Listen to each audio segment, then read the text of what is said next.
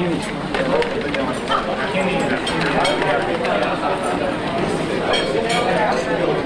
you, Ted. At this time, I'd like to introduce our sponsor. Again, we appreciate our sponsors for each and every event.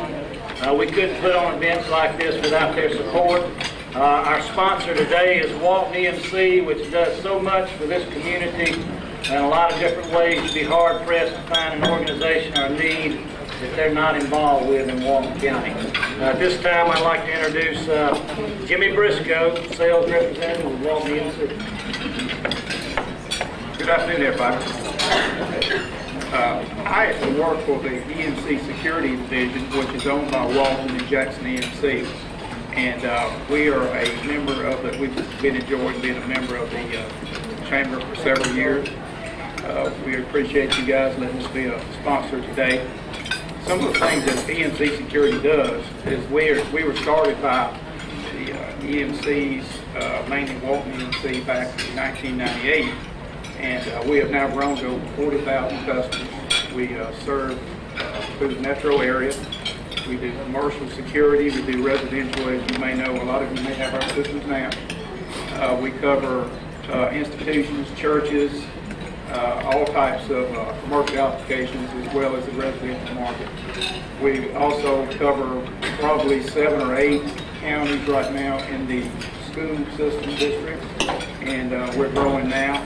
One of the reasons we're getting into that market is we actually have our own central station in our location, which can also monitor locally, as well as a redundant central station that we have as a backup. So we enjoy being here. If any of you guys need our services, we've got some flyers on the table. I'm here. Cindy Woolrich is up here. Cindy, if you need anything, we'll be glad to help you, and looking forward to seeing you in the future. Thank you.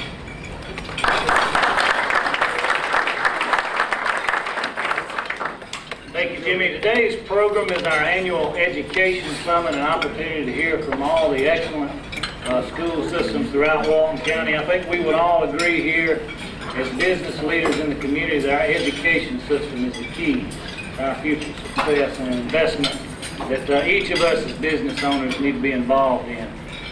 You know, as the Chamber, we've done some studies over the past couple of years, and we've had some task force that looked at, you know, how do we spur economic development and growth once again in Walton County, and we found, sort of by accident, that the #1 driver for home sales in Walton County was schools. It's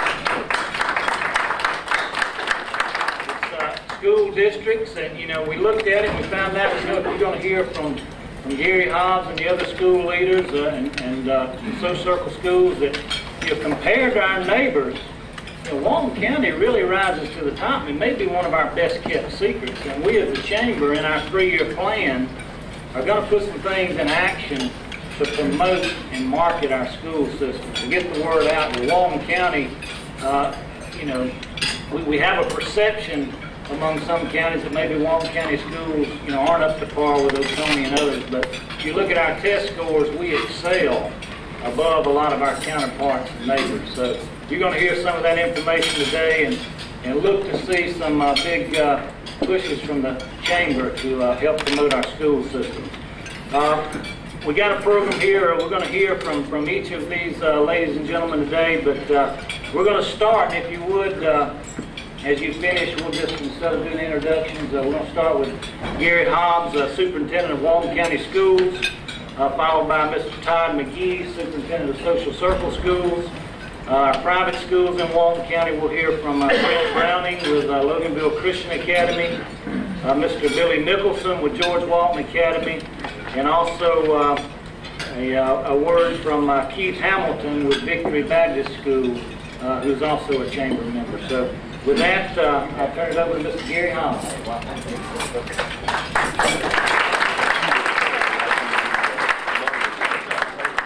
Well, I've broken the microphone already. Thank you very much. I'd like to thank the Chamber for always having an education summit every year to give us an opportunity to tell you what's going on.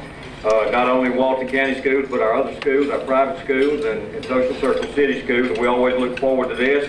a good opportunity to share some information which we enjoy sharing with you about our school district. Walton County Schools, first of all, just some information, and I put some flyers there, some gee whiz information. We've got 13,400 kids now, pre-K through 12. We've grown again this year, about 100 students, and we've grown every year, even though the economy has affected that growth somewhat, but we're continuing to grow, and all school districts are not continuing to grow, so that's a good thing. We're the 16th fastest growing district in Georgia, and we are the 20th largest school district out of 180 in Georgia, and a lot of people don't realize that because Walton County is such a large geographical county. We have so much rural area, and people don't realize that we are, you know, that high on the ranking of the size in school district. We employ about 2,000 people, and some of the people that we employ, of course, are part-time people that work in the afternoons in our after-school programs. We have 15 schools now, including 9 elementary, 3 middle, and 3 high schools, and we're organized in the cluster concept where 3 elementary feeds the middle, and then the middle feeds the high school. As you know, we know them as Loganville Cluster, Monroe Cluster, and Walnut Grove Cluster, now named after the 3 high schools in the district. So just a little information there about what's going on. Some notable accomplishments. Our graduation rate has exceeded the state's rate for the 2nd consecutive year, and also for the last 5 out of 6 years, and we're excited about that. Graduation gaps, and this is important with economically disadvantaged students. Those gaps are closing. Our minority students are doing much better in our school district, and we're very excited about that. We've worked very hard on that. Our seniors last year earned more than $6.5 million in scholarships, not counting the Hope Scholarship, which, of course, if you add that on, that bumps that number way, way up. So we're excited as well that our seniors are doing so well.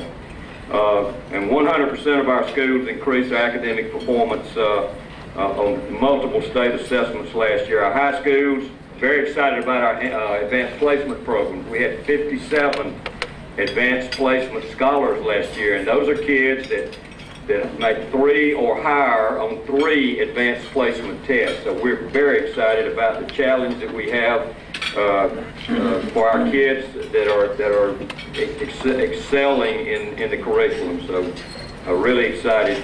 We did it also, our district posted exemplary performance, and when you hear the word exemplary in education channels, that means 90% or higher on all reading and English language arts, CRCTs, and the 5th grade writing assessment, and the Georgia High School writing test. And writing, you know, is very important for our kids to know how to write and express themselves. And of course, we have met or exceeded the state and our recent performance on these tests as well. We're organized, as I mentioned, in the cluster concept. Here's our 3 clusters and how they're made up. We'll move on, Dwayne, since I got ahead of you. Dr. Dwayne Emmer's with me today. He's our Director of Instructional Technology, and he's over here flipping the slides, and I think he's been drafted by some of my colleagues from other schools to work with them as well. Community support is critical to any school system, and we cannot do what we do without great community support. And I just want to thank the Chamber and our business partners. We literally have hundreds of business partners in Walton County Schools that do something for our schools every year. It might be a meal for the faculty, it might be volunteers coming in and helping with tutoring or whatever, but all of our schools have a number of business partners, and this is just phenomenal for us, and I hope that you as business owners get a lot out of partnering with our schools as well, and we just appreciate that so much. And we have a very strong parent-teacher organization in all of our schools, and we have a lot of volunteers in our schools. Every year we have a number of parents that volunteer. Some come every day. We have a gentleman that comes to Bay Creek Elementary every day and does car riders in the morning at about 7:30. Every day he's out there helping. And we have a number of volunteers like that, and we recognize some of our volunteers at our board meeting every month from each of our schools, and we always enjoy doing that as well. But a number of parents that help out and make our schools what they are. You'll hear a lot about a new accountability system being rolled out by the state. It's called the College and Career Readiness Performance Index. This is taking the place of the old AYP, or annual yearly progress, that you've heard so much about over the years. This approach is a much more balanced approach and takes in all 4 academic areas rather than math and English language arts. We're excited about this. We think this is the right way to go. It measures our schools in a lot more ways and measures what our students are doing in a lot more ways. So we think this is the right way to go, and we commend our state DOE for this approach and the way we'll be measuring our schools in a more balanced method. We're really trying to extend our students and challenge our upper level students. And you know, over the years, our special education students, a lot of federal funding has come down. A lot of test scores, you know, the meet level of test scores, we can't be satisfied with that because we've got a lot of very advanced students in our school system, and we want to really challenge them to reach their full potential. So we're really working hard this year and putting programs in place to challenge those advanced students in our school district. We think that's very important. These are the folks that are going to be your doctors and your lawyers and those kind of folks out there in the future and run our country and run our community, and so we really want them to reach their full potential.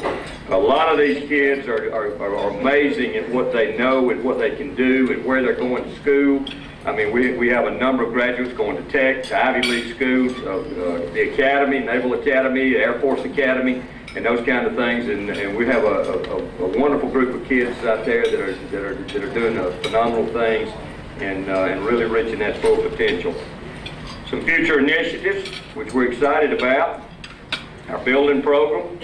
We have replaced or completely renovated every one of our schools since the mid-90s, with the exception of 2 schools, and that being Loganville Middle School and Loganville Elementary School.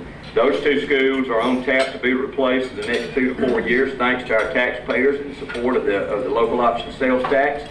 And in fact, the groundbreaking, and we're going to invite all of you to it for Loganville Middle School, will be shortly after the first of the year.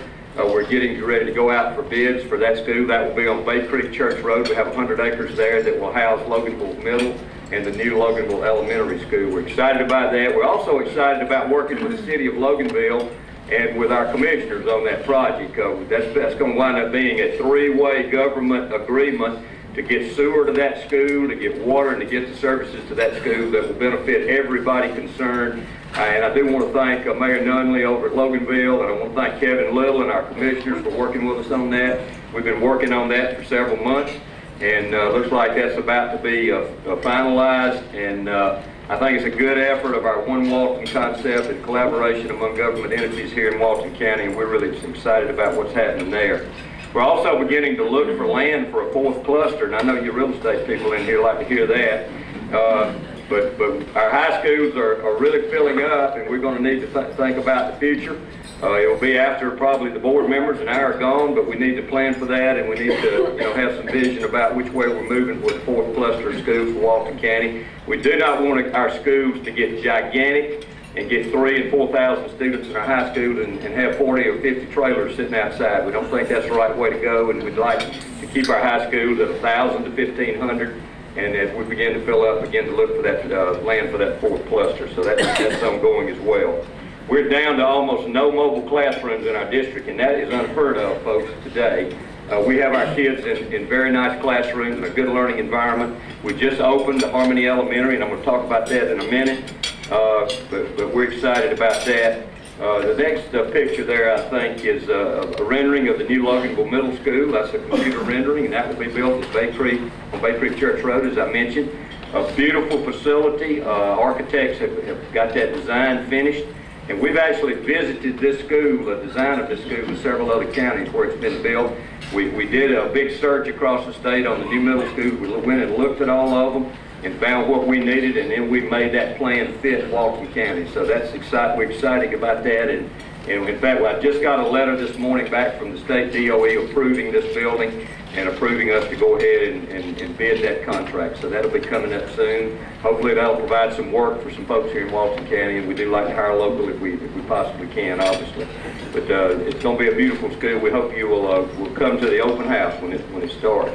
The next thing I'd like to talk to you about is an initiative we're really excited about, and our board members are really excited about. This is what we call our eSmart initiative, and what this basically means is we're moving to a technology-based delivery system for all of our instruction in our high schools, and This will be based, the platform for this will be the iPad.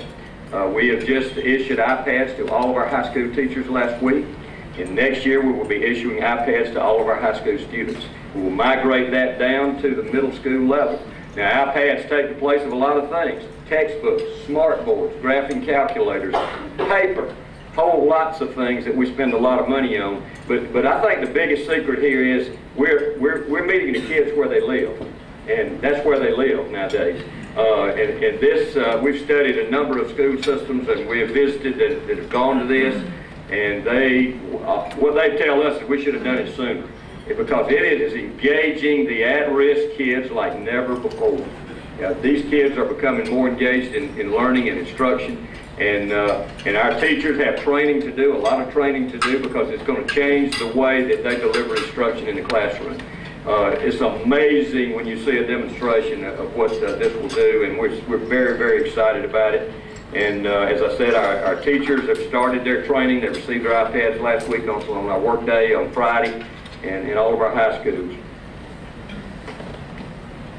Here's a picture of some of our board members getting some training there, and also this is a picture over at Monroe Area High School. Our teachers, all of our 3 high schools, met there last week, and as I said, received these iPads. And we don't need to think of this as an instrument. We need to think of this as an instructional platform, because that's what it is. It allows teachers to bring in things, the resources, and pull resources down. And you know, the sky's the limit. The teacher's imagination is the limit. And of course, those teachers will still stay with the Common Core curriculum, which Georgia has adopted among 47 states. And this is a nationwide curriculum that will change education as we go forward. But we know we need to do this, and I've read a lot of articles about this recently that this is the way the future is going. Our website, I hope you'll go to our website, and there's a lot of good information there, school contact information, school calendar, good news about what's going on in the district. We keep posted there. Attendance zone information, parents can go there and put in their address and find out what bus their children ride, and all those kind of things. And I would like to commend Dr. Embry. He's our webmaster, and he has worked with the chamber, I know, on their website as well. He's very good at it, and we're really excited about our website and the updated website. Dwayne, I guess we've got one more there. Are there any questions about anything I've said?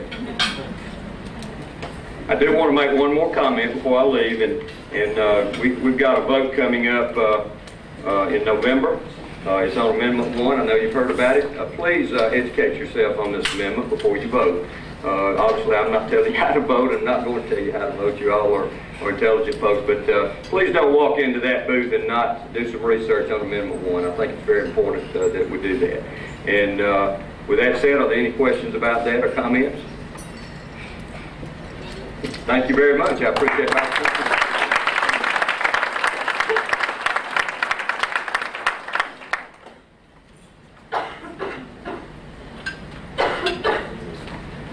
Good afternoon. I know Mr. Hobbs has to run. He has to be in another meeting in Athens, but I want to publicly thank Mr. Hobbs for all the support and all the help he's given me as a new superintendent in Social Circle. I appreciate that. I am Todd McGee, and the new superintendent in Social Circle. And you know, a few folks have asked me, why did they hire you? And I will tell you, the best way I can figure is Mr. Lemons and the other board members, they always wanted to have somebody that would look up to them. So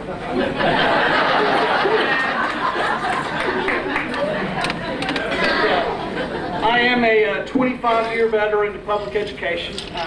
First few years, I was a special education teacher, coached a little football, little girl softball, and a whole lot of wrestling. I was a wrestling coach all 8 years that I was teaching. I've been an administrator both in the middle school and high school, principal and assistant principal. And 2 of the best years that I ever spent was as principal of Social Circle Middle School. And so I'm thrilled to be back in the circle and working with some great folks, also inside of Walton County. The first thing I found out when I came on board is that the state had modified the formula, the way they determine forward funding. And so we had been anticipating getting some money from the state to build a new school, and because of the way the formula was worked, we no longer qualify for that funding. So we've had to take a look at the new school and try to determine our best route. So we did a online survey, tried to gather as much information as we can, and from the online survey, 77% of the responders chose to postpone construction of the new primary elementary school, and 74% of the responders wanted to begin construction either all or in part of a new athletic complex. And there's a whole lot that goes into all of that. One thing, our folks in Social Circle, they've never had a track. So our track team doesn't have a place to practice. We don't have tennis courts to practice or play on. So those were factors that folks were considering, and our board did vote on this past Monday night to go ahead and build our athletic complex and continue saving money. It will delay the building of the new primary elementary school. We'll probably start that in 4 or 5 years. But we are going to go ahead with the new athletic complex, where we will build a new stadium, including a track facility, baseball field. Our baseball and softball fields are off campus currently.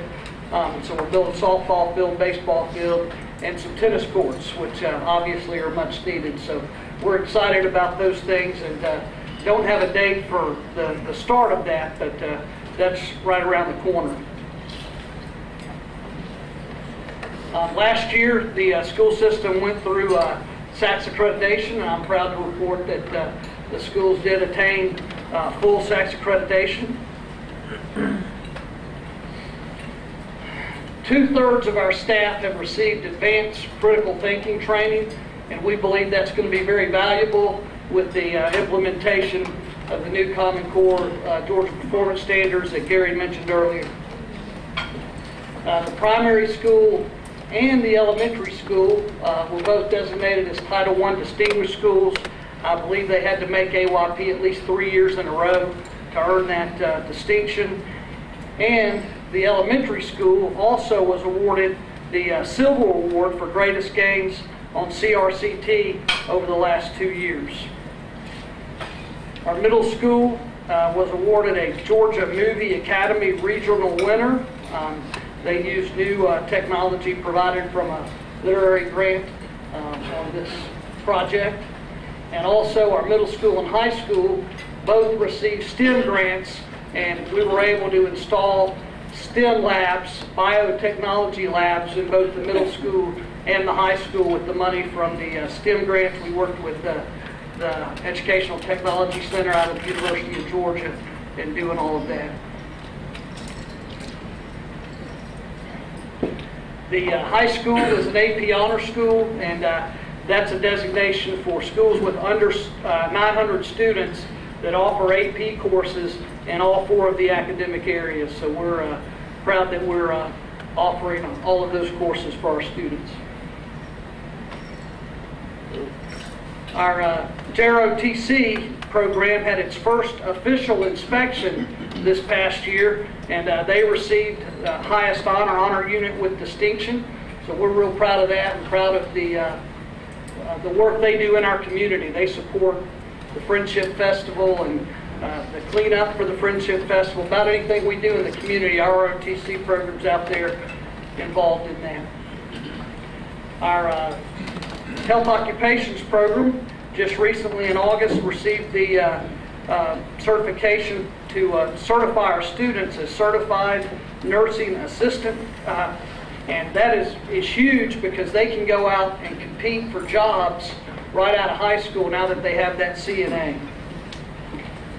Our marching band performed at Disney World last spring, and our new band director is a recent UGA graduate, and she was a Redcoat. So on our off week, she took our band and they practiced with the Redcoats in Athens, and it was a great experience for our students. A lot of positive feedback. Even if they're not Georgia fans, they really appreciated the event going and practicing with the Redcoats. We have what's called an early college program at the high school, and the early college program is the only one in Northeast Georgia, and there are 12 throughout the state. It's an innovative, highly effective program for students that aren't necessarily traditional school students, and these students aren't students that have ever really thought about the possibility of higher education. And we identify them when they get to the high school as ninth graders, and we have a partnership with Georgia Perimeter College, and they provide SAT prep, academic tutorial assistance, and access to the college library. We are working right now talking with Mr. Hogg at Athens Tech about the possibility of providing some classes on our campus, so those students wouldn't have to worry about travel and be able to earn some dual credit while attending the high school. I know they do that in Walton County currently, and so we're working on the articulation to be able to do that. But we have some really good data. At Social Circle, 99% of the early college students passed the ninth grade end of course assessments this past year. So we're excited about that. Social Circle City Schools, this is our vision, to be a premier school system providing world-class education so that all students acquire the knowledge, skills, and values necessarily to lead productive lives in a changing world. And our mission to provide a premier education for all students. And everything we do is centered around that and focused on that. I do want to thank the Chamber for the opportunity to come and speak with you and for the support that they give us. I know we're talking about doing a program for our 10th graders and all the high schools that the Chamber's going to do a sort of a mock real-life simulation for our kids, and we're excited about that. Also, we too also have partners at each school, and in Social Circle, our Rotary Club is just phenomenal in all the support that they give to our schools. And I also want to just reiterate what Mr. Hobbs said about please educate yourself on the Charter School Amendment and make an educated vote when you do that. Thank you.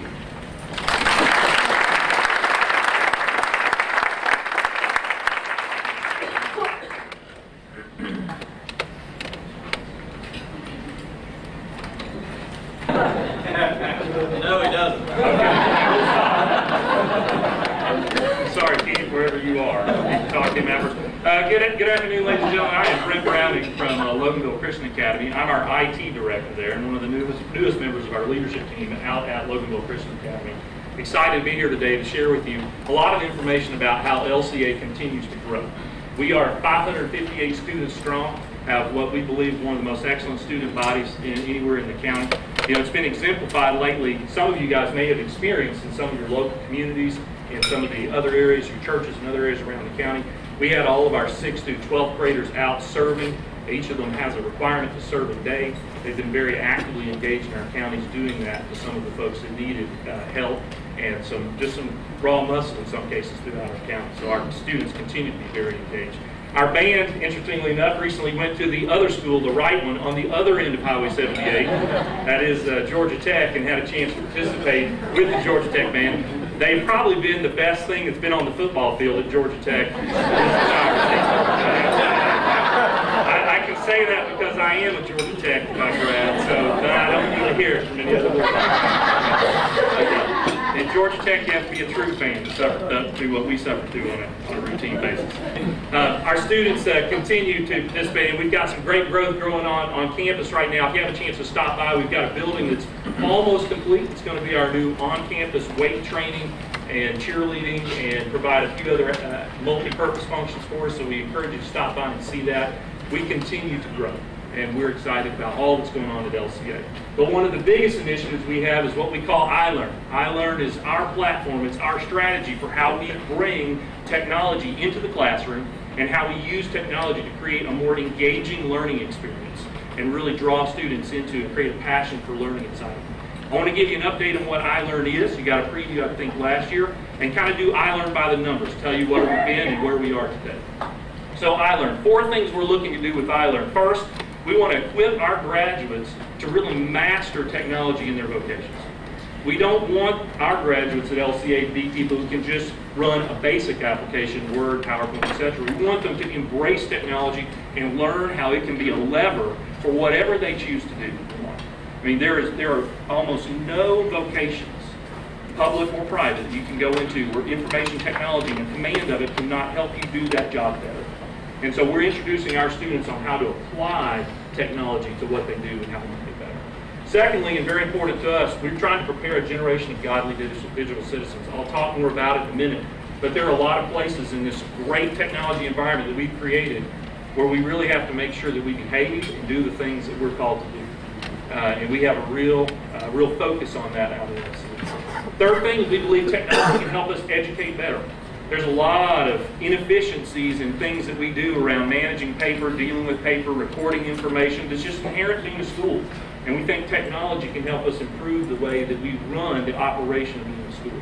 Finally, one of the best things about technology is it allows us to individualize and personalize the content. It lets us bring to that student the things that that student needs to be able to learn. In some cases, that's remedial, giving them more repetitions, more practice on things where they need to catch up. In many cases at LCA, it's opportunities for that student to explore something that's of interest to them, to dig deeper, to take that passion that they have about a subject and be able to use the time that they have to drill in deeper into something that really motivates them to learn, create a lifelong passion for them. That's our objective with iLearn. Everything that we do with the technology is to drive these forward. And it's real easy sometimes to get enamored with the device or the flashy things in front, but it's the goals and what we're trying to do with it that really count. So let me give you a little update on where we are kind of by the numbers. 336. 336 is the number of upper school students that we have on our iLearn platform. We engaged our 6th grade through 12th grade onto our digital platform. So if you're 6th through 12th and you're at LCA, you're carrying around a personal device, you're receiving your homework electronically, you're submitting your homework electronically, unless it's a project or something that requires something in physical form. You're communicating with your teachers electronically, you're communicating with your peers electronically. You're forming work groups on projects electronically and able to share files, share information, share progress together with your team at school. We have 336 students at LCA that are learning how to do work differently on our iLearn platform today. 169 unique student devices. We decided early on to go with a bring your own device program where our students choose the device that they bring in. They choose the device that fits their needs well. They choose the device that has the capacity for where they might have a passion for at school. They choose the device that, frankly, fits well with their budget and what their family might be able to do, because, of course, not all families are created. That creates a unique challenge for those of us that run the infrastructure. If any of you deal with technology, you know when you have 169 different device types roaming around, it creates some challenges. But what it has done, it's been a very interesting side effect. Our students are learning how to use the individual technology that they have to solve the challenges and the problems that they have at school. They've become, because we can't, frankly, support all of them at that individual level, they've become very self-sufficient in a very short time frame with just a little bit of instruction and a little help from us in the IT department. They've become very self-sufficient at running this wonderful multi-purpose device. I feel very confident when our graduates go on to wherever they go to and they're sent down at their first job, they're going to just boot it up, run it, and be launched into doing whatever they need to do, regardless of what the platform is. You don't see that in a lab. When you set students down in a standardized lab where they're kind of fed what they're supposed to do every day, they really aren't learning how to embrace and use the technology to drive what they do and make it better. So we're doing that, and the unique student devices has really helped drive that in our model at LCA. Looking at the second point, preparing a generation of godly citizens. We push about 97 gigabytes of information across our network at LCA every day. That's just shy of 28,000 copies of the King James Bible daily. That's a lot of information. Bigger schools are going to push more. The reason I bring that up is that's a lot of information that's either going to work for our students, or it's a lot of information that's going to drag them off at some corners and areas where they don't need to be. Things that aren't going to help their education, things that aren't going to help them grow as a person and as a valuable member of society. So we spend a lot of time and energy making sure that all 97 gigabits of that data every day is really focused on what they need to do and what they need to learn. So protecting our children's eyes, protecting their ears, making sure that they don't get unnecessarily distracted on things is a big part of what we've done in our iLearn initiative at LCA. Not to forget our lower school students. In our lower school classrooms, we've deployed 36 one-to-one stations. That's 36 opportunities in our lower school classrooms. So every single classroom has at least 3, if not more, stations in it for our lower school students to begin to use technology in a very supervised and structured fashion. We don't want to just put a device in their hands. We know that they might break it, but more likely they wouldn't be able to use it appropriately yet. So we've kind of put the training wheels on with those lower school students, and we're using them and beginning to adopt them into some of the processes that our upper school students are doing. On the third point, improving our LCA educational process efficiencies. So far, we've conducted 51 faculty training sessions. Went back and counted every one of them on the calendar, making sure that our faculty know not just how to use the device, but how to use it to educate differently.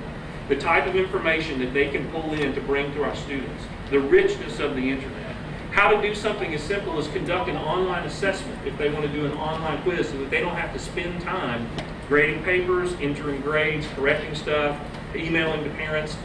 We can take online quizzes and do all of those things up to and including communicating to parents, all with one action when the students are taking an online assessment. It's required a lot of training in helping our teachers do something different. Many of them were not comfortable going in with it. It's not the way they taught. It's not what they've done from the very beginning. But it's been impressive to see how they've adopted this because they know it's in the best interest of our students and they see what our students are capable of on the other side. 5,871 electronic textbooks downloaded. Those 6th through 12th graders, unless it's a workbook, they are using electronic textbooks, electronic form for their stuff. We don't have any more 47-pound backpacks going home. They carry their device home, they pull down their textbook, they use their textbook interactively, where we have interactive ones. They use a traditional textbook in an electronic format for those that aren't quite interactive yet. They're accessing their textbooks electronically. They can search, they can find, they can bookmark. If they forget a textbook, well, guess what? It's available online. We don't have any students that forget their textbooks when they go home for homework. Some of them like it, some of them not so much. But it's been interesting to see how much they've adapted to using the electronic versions of the text. A lot of lessons to be learned there, and we feel like we're certainly ahead of the curve. Finally, personalizing, improving the opportunities. Over 2.4 million minutes have been logged since August 1st in our learning platform. Again, for us, it's not about so much the device, it's about what you go to do with it. It's the learning platform that's underneath all of our devices that we call our iLearn platform, which is really where our students engage, where they're getting their homework, where they're getting their information, where they're participating in those groups. And as you can see, even with a school of our size, they've been very, very active in our environment. We continue to watch that number to just see who's engaging. And if we have a student who's not engaging, we can see it. We can cross-correlate it with their grades, and we know if we've got a discussion that we need to have with the student and or with the parent. All of these numbers, however, the one that's probably the most important is that one student. This is an opportunity for us using technology at LCA to be able to address and engage with every single student in a way that meets them at their point of need. And we continue to refine the content, we continue to refine the process that we use because we want to make sure that we're giving every single student an opportunity to be the best student that they can possibly be with whatever we can bring to offer. This platform gives us the flexibility to be able to do that. We can change it quickly, we can adapt quickly, and we can move quickly to meet our students where they are. This is iLearn at LCA, and our students definitely are learning. If you're interested in learning more, you certainly can visit us on our website at lcalliance.com. Or feel free to stop by the school. We'd love to talk to you. We'd love to spend a few minutes with you and show you more below what we talked about today. So thank you guys very much.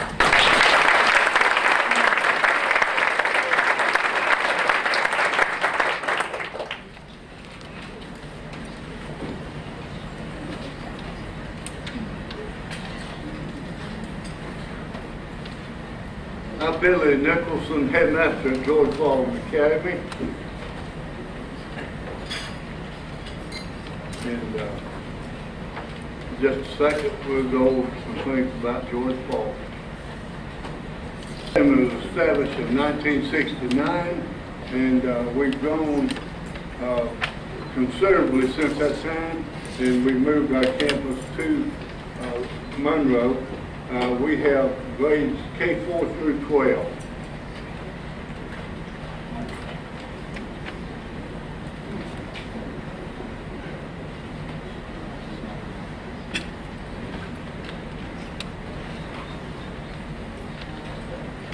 Our campus size has increased to over a dozen buildings. We have rigorous academics with opportunities for athletics, extracurricular activities, and also community service. Currently, we have 877 students from 8 counties. Over 63% of our students come from Walton County.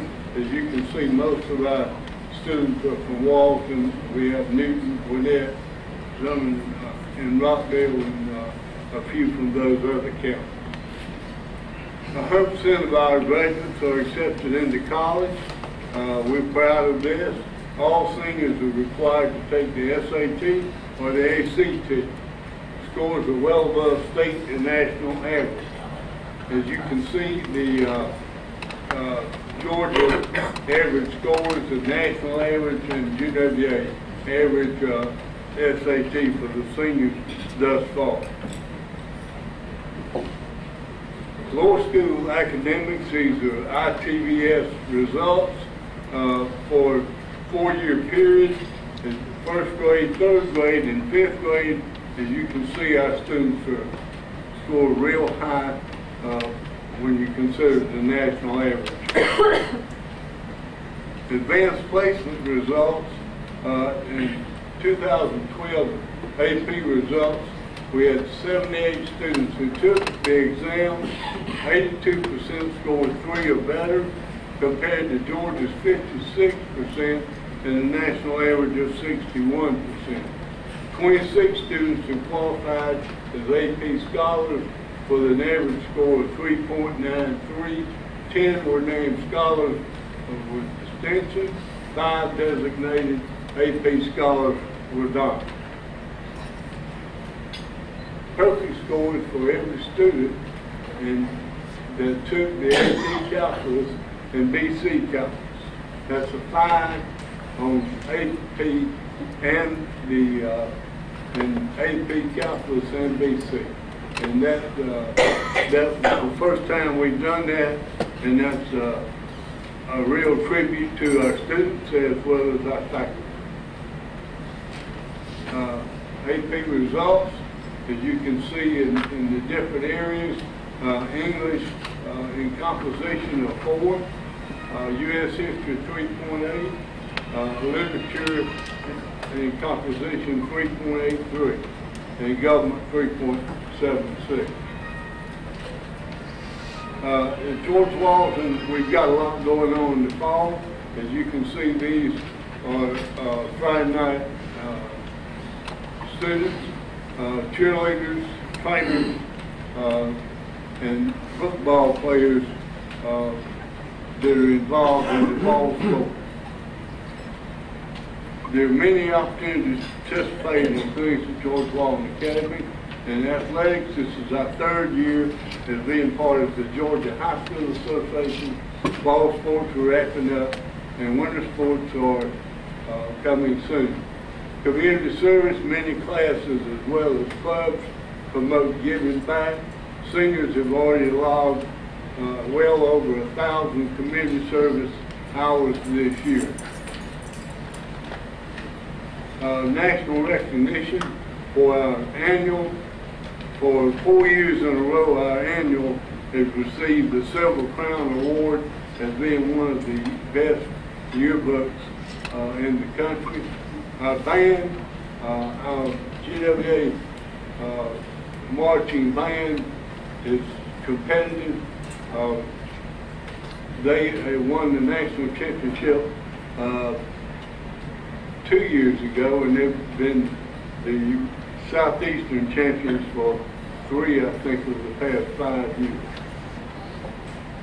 And that's competing not only against private schools, but also public schools of up to 300 kids in the banquet.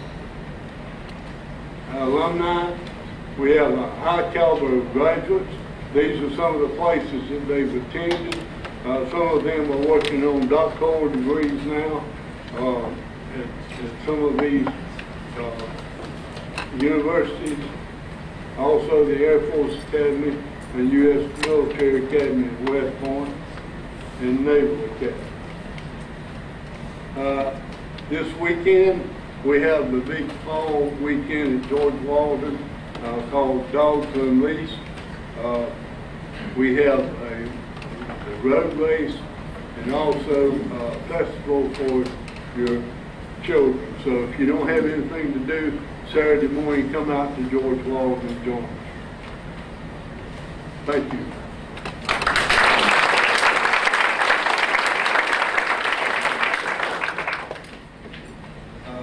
One other thing, we have the K-4 open house that will be coming up soon. And we have one student who was injured a couple of weeks ago, about a month ago, John Ross Snell, and he is now in rehabilitation downtown.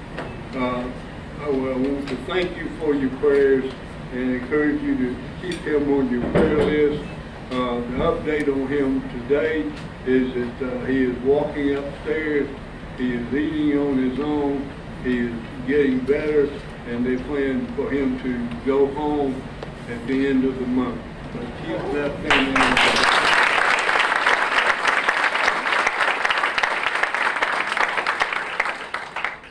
Thank you once again for the opportunity to be here. I'm Keith Hamilton. I'm the Assistant Administrator at Victory Baptist School, and we are located, we're growing and excited about the opportunity to be here today.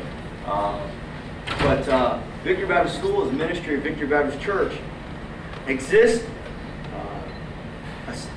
to assist parents in training of their children by providing Christ-centered education, and will enable children to grow spiritually as well as academically, socially, and emotionally.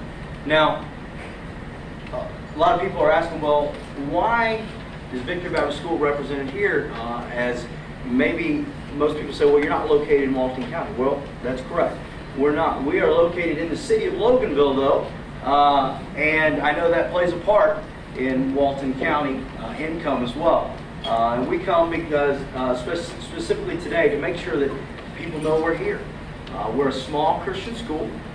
We have 149, and this clicker is a little bit out of range. There we go. We have 149. Now this is K2 through 8th grade.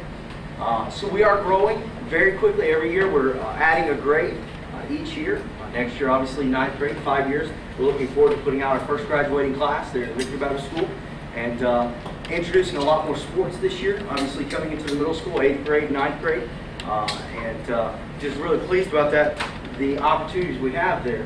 Now, we also, one of our fastest growing trends there is the fact that Walton County is one of our fastest growing student populations.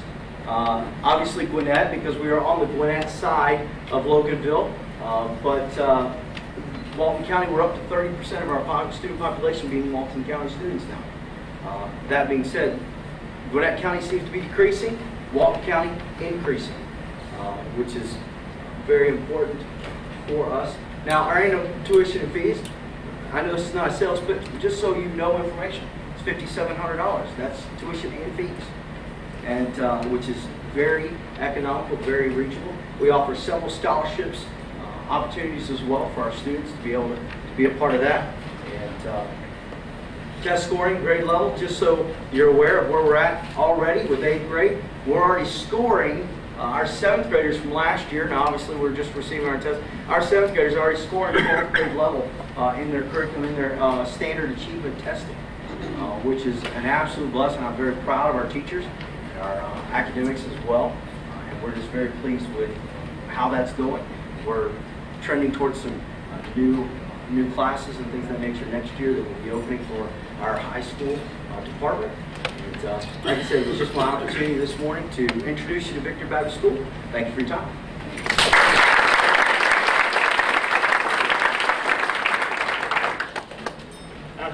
each and every one of these school leaders, appreciate the work they do, the school staff, and you know, I believe it was Brent had a slide that said one student. And as a community, I think we need to take that to heart, that every one student is important. And as a community, it is a lot less expensive to support success than it is to fund failure. You know, kids that slip through the cracks, you know, kids that don't graduate high school are more likely to, you know, make below a mean income, more likely to have some run-ins with law enforcement, spend time in jail, especially young males. We need to keep all that in mind, that each one of us as business leaders, we need to get behind these schools. I'll put my plug in for communities and schools. Angela's here, Jimmy's here, he's the chairman this year. We had a program back months ago. That is an avenue that each one of you as a business owner can get involved. You may not have time to go direct carpool, but you know, you can see Angela and give her a Ben Franklin and she'll make sure it gets put in the right spot. See her today. With that, I'll ask Miss Terry Braswell to come up, who chairs our Business Council with the Chamber, to present our Member of the Month Award for October.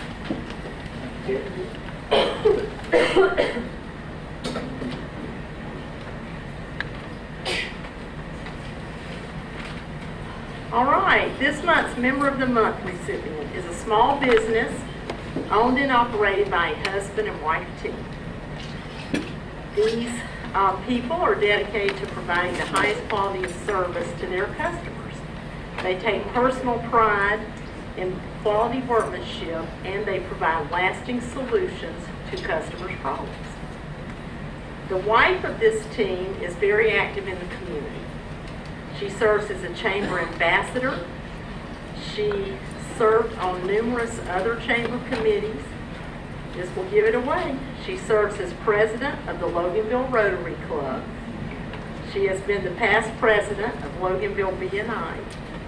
She is active with Loganville schools where her children attend. She is currently in Leadership Walton, which I'm in Leadership Walton, and we had a blast. I enjoyed getting to know this person. And this month's Member of the Month is our 2011 Chairman's Cup winner of the prestigious Business and Community Expo Award.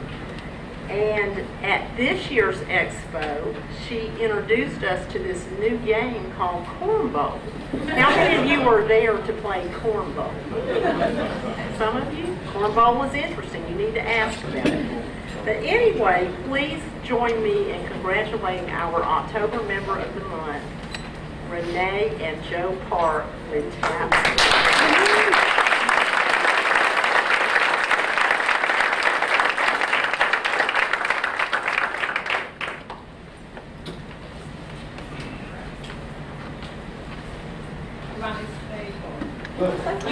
Thank you guys very much. No wonder Terry insisted on me being here.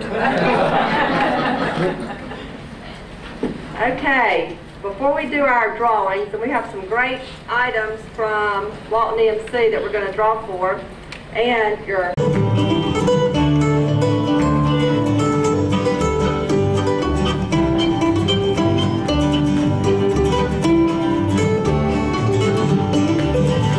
sing it with us. Jesus, how I trust Him, how I prove Him o'er and o'er.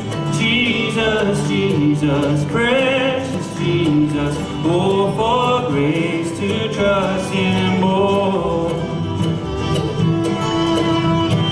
Oh, for grace to trust Him more.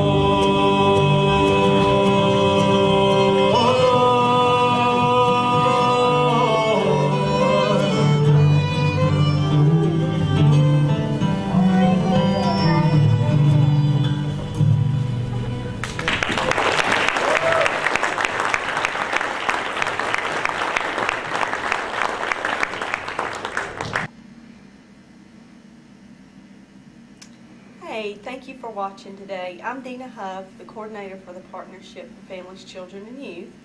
And just like everybody, we have enjoyed our summer here at the Partnership, but it's almost time for everything to get started again, for the school year to get started, and for our monthly meetings to get started again. So I would like to invite you all to come out to our next meeting in August. That'll be the third Tuesday of August, I apologize, at 8 a.m. at Felker Community Center. And at those meetings, we have different speakers that come and tell you about different things that are going on in the community. And we also have announcements for different organizations that have things going on, and our announcements are limited to 2 minutes. Next month in August, we're going to have counseling services that are available in Walton County for families and children. So if you're in need of a counselor for your family or for your child, please feel free to come to our meetings. They're open to the public, open to anyone that would like to come and gather information and resources available in Walton. And just to give you an update about the services that we do have here at the Partnership, I'm the coordinator. I do all the paperwork and try to find grants and resources to bring into the county. I attend a lot of meetings to try to keep everything together and everybody working together. We have Rick Baker, which is our family services coordinator, and he does in-home parenting and family counseling. We also have Amy Honeywell, which is our youth development coordinator, and she has a big event going on at this time. They are conducting, or they're in the production of a bullying video, which they're creating this summer, working very hard on that. So we hope that will be a huge success for our youth development program. And I would just like to encourage you all to get ready for the next school year, because I know it's going to be a good one. And in the summer, on a positive note, help get those kids ready for school. I know the school supplies are going to be expensive this year, so seek your resources that are available to you for assistance on those school resources and supplies. And if you ever have any questions and you don't know about a resource, please feel free to give us a call here at the Partnership. We're always available to answer any questions, and if we don't have an answer, we try to find an answer for you. So please feel free to call us here at the Partnership at 770-207-6060. And as always, thank you for watching.